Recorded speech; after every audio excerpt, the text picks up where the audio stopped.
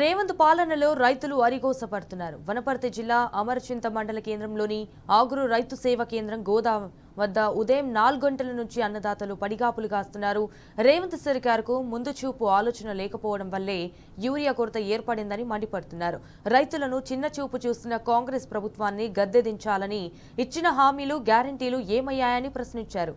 అయితే ప్రభుత్వం వెంటనే యూరియా కొరతను తీర్చాలని, అవసరానికి ఇటు సరిపడే ఎరువులు అందజేయాలని రైతులు డిమాండ్ చేస్తున్నారు. ఎకరాలలో ఒక బస్తా ఇస్తా, 2 బస్తాలు ఇస్తా అంటే యాములకు సరిపోతుంది. యాములకు చల్లాలి, యాముక్క పెట్టాలి. ఈ గవర్నమెంట్ మీద మన్ను పోయే రైతులను అరిగోస పెడుతుంది. ఇట్లా ఎన్ని రోజులు తిరగాలి, ఎన్ని రోజులు సావాలి.